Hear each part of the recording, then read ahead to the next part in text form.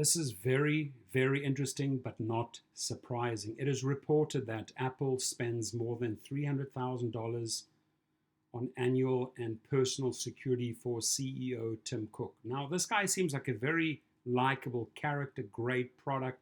I don't really see many people wanting to threaten this guy. So it seems fairly realistic. He's super wealthy, but the amount that he's spending on security seems pretty realistic. Amazon, right? Richest guy in the world, Jeff Bezos, spends $1.6 million to protect himself, right?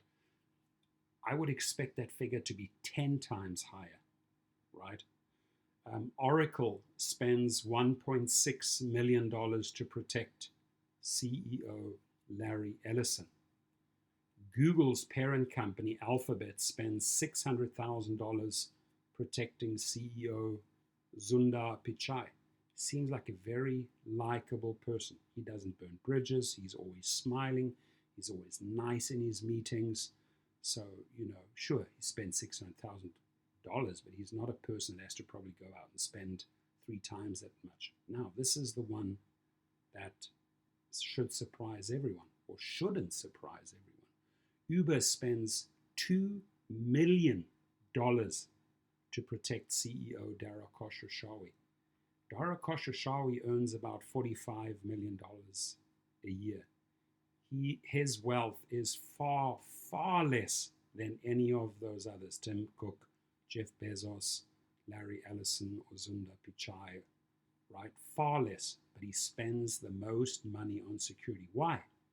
Why do you think this guy has to spend so much money on security? I'll tell you why. People don't like him.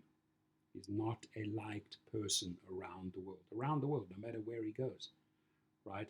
He has made so many drivers upset, angry. He has screwed over so many drivers, taking referral monies, taking their earnings, screwing them on the earnings, right? Misclassifying them. The guy is not a liked man. So it comes to no surprise to me that this company spends so much on a guy that earns far less than any of the previous people I've mentioned. 6 times more than Tim Cook, 3 times more than Sundar Pichai, more than Jeff Bezos, more than Larry Ellison. Think about that.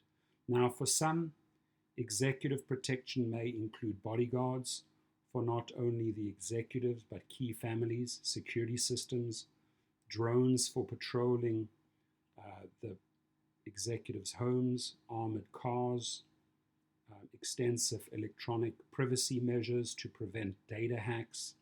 For most people, the attention provided by a security detail is often unwanted. They don't want this. This is not a way to live, ladies and gentlemen. Dara's life cannot be cool. Always, or Jeff always having to look over their backs, over their shoulders. No executive truly wants people following them 24/7.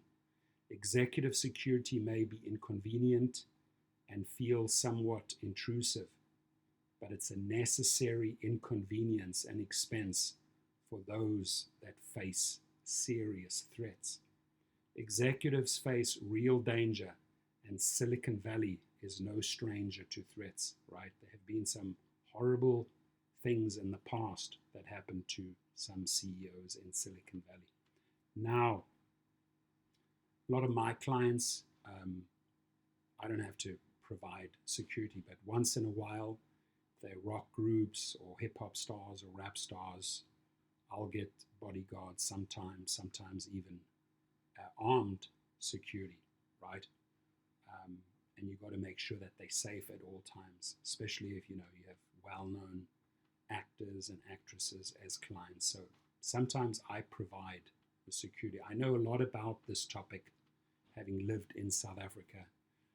Many of the wealthy people that I still know in South Africa have all of the above, and armored cars, etc. It's a really, really dangerous environment. But what sort of struck me most here, I had no clue that so much money was spent on the security for CEO Dara Khosrowshahi.